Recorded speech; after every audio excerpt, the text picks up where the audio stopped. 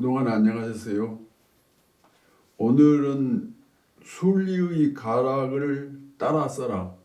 우리 삶에서 순리대로 살아가라는 그런 이야기나 비슷합니다. 물도 아래로 흐르고 사랑도 아래로 흐릅니다. 어머니의 사랑을 아들이 받고 딸이 받고 그 아들과 딸은 자기 아들들에게 사랑을 또 합니다.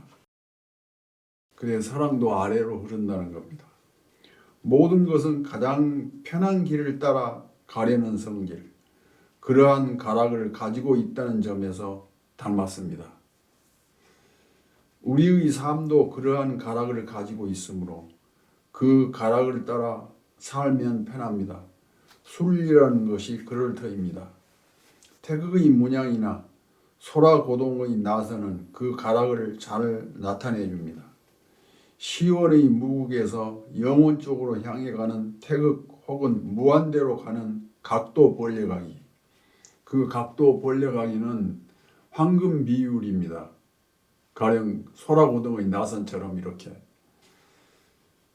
봄의 들판에서 훈훈한 바람에 들뜬 채 눈에 보이는 파릇파릇한 나무들을 하나도 놓치지 않으려고 한사코 많이 성급하게 캐어 담은 바구니에는 티와 낙엽과 뻣뻣한 줄기와 뿌리들이 섞여 있게 마련입니다.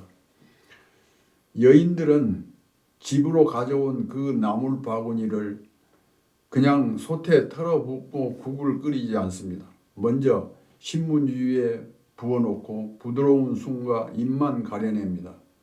나물에 묻어있는 흙과 먼지들을 다 털어내고 물로 씻어내고 헹군 다음 솥에 넣고 알맞게 물을 붓고 양념을 한 다음 불을 지핍니다.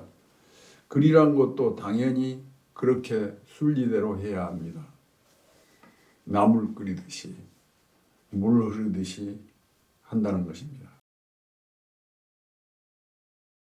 제가 쓴 소설 가운데 한 대목을 예문으로 들어보겠습니다. 바람은 언제 어느 때 보아도 짓궂습니다. 순례로 하여금 바람벽에 머리를 처박은 채 기역자로 허리 굽히고 있게 해놓은 다음 말뚝박기를 하는 개구쟁이들처럼 바다 쪽에서 달려온 바람은 자기의 주렁주렁 매달린 황금색 열매의 무게를 감당하지 못하고 뻗어진 유자나무 가지를 올라타고 한동안 엉덩방아를 찧어대다가 모두 걸음으로 뜀박질쳐 올라가 톡을 처막귀에 대lun거리는 풍경의 양철판 고기를 흔들어댑니다. 그 고기의 요분질 같은 요동을 견디지 못하고 풍경은 간지럼 잘 타는 아기처럼 몸을 흔들어대며 땡 땡그렁 하고 울어댑니다. 그래 삶은 의무감으로서 사는 것이 아니고 저런 바람을 품은 채 한껏 즐기는 것이다. 삶이라는 것은 즐기는 것이라는 겁니다. 숨이 붙어있는 한 저렇게 웃으면서 버티는 것이다. 각자 받은 소명을 다하기 위해서. 쪽비 천을 갈아놓은 듯한 하늘을 배경으로 산발을 한 자신의 머리털 같은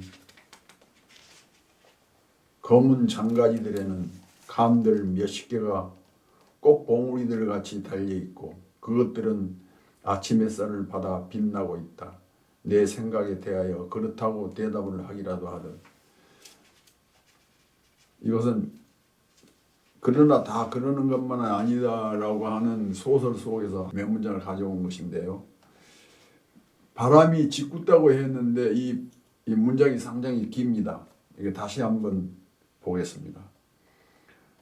여러분들 어린애들 말뚝박기 하는 거 봤죠? 벽에다가 기역자로 머리 쳐박고 줄줄이 이렇게 해놓고 그 위에 개구쟁이들이 올라타고 구르는 거예요. 그렇게 굴러대는 짓궂은 개구쟁이처럼 바람도 그렇게 짓궂습니다. 그것을 얘기하는 거예요. 그 속에서 순리의 가락이 있는 것입니다. 짓궂음 속에 순리의 가락이 있어요. 어떤 순리의 가랑인가 하면 또 하나의 예문을 제가 읽어보겠습니다. 사랑의 단면 하나인데 이것은 제가 얼마 전에 쓴 그 예문입니다. 사랑의 단면 하나입니다. 여러 가지 사랑의 단면들이 있는데 그 가운데 하나를 제가 발견한 겁니다. 사랑하는 나의 이밋이여, 내 토굴의 고요와 평화를 어치 부부가 깨부셨습니다. 어치 부부는 산까치라고도 하죠. 어치 부부가 깨부셨습니다. 언제부터인가 꽥꽥하고 살벌한 소리로 울어대며 토굴 주인인 늙은 시인을 공격합니다.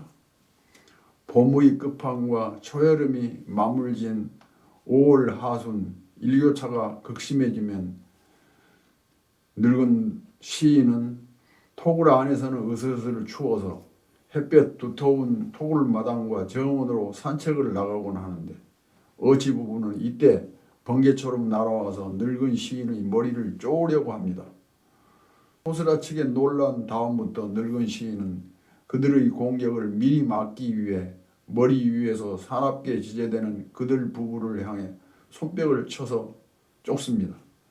그들은 멀리 날아가지 않고 기껏 이 가지에서 저 가지로, 이 나무에서 저 나무로 옮겨다니며 지제됩니다.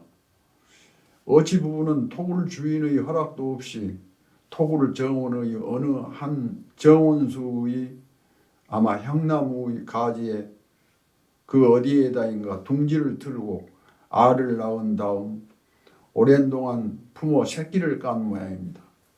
어치 부부는 먹이를 물어다가 새끼를 먹이는 한편 그 새끼에게 유해를 가할지도 모른다고 여겨지는 늙은 시인을 쫓아내기 위해 공격을 가하는 것입니다.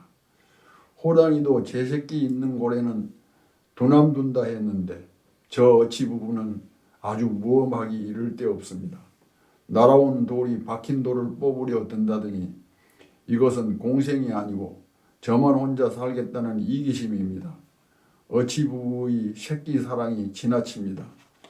요즘 글로벌 자본주의 시장 경제 세상의 가진 자와 부모들이 자식들을 위해 물려주는 아빠 찬스, 엄마 찬스라는 것도 이 어치 부부의 그것과 닮았지 않을까요?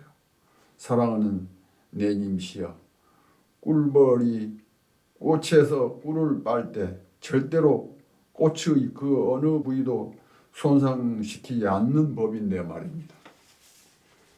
예문을 제가 2개 들었습니다. 사랑이라는 거, 그것도 순리대로 사랑을 해야지 자기 자식만 귀하고 남의 자식은 귀하지 않다든지 자기 자식을 위해서 다른 사람을 쫓아내고 저 혼자만 살려고 한다든지 그것은 공생이 아니고 이기적인 사랑인 것이죠. 그래서 순리에서 벗어난 사랑을 하고 있는 어치 부부에 대한 늙은 시인의 생각입니다. 그것을 예문으로 이야기했어요. 그러니까 오늘은 순리의 가락을 따라 써라, 이것을 화두로 이야기했습니다. 여러분들도 여러분들의 삶 속에서 순리와 순리 아닌 것을 분별해서 순리대로 사는 삶을 존중하고 그러면서 그 삶을 찬양하는 그런 글을 써주시기 바랍니다. 그러면 좋은 글쟁이가 되리라고 생각합니다. 오늘 강의 감사합니다. 한승원 선생님의 강해는 매주 1회에서 2회 업로드합니다. 교재는 한승원 글쓰기 비법 108가지입니다. 글쓰기는 영혼을 맑게 하는 세상에서 가장 아름다운 비약입니다. 구독, 좋아요, 알림 설정 꼭 부탁드립니다.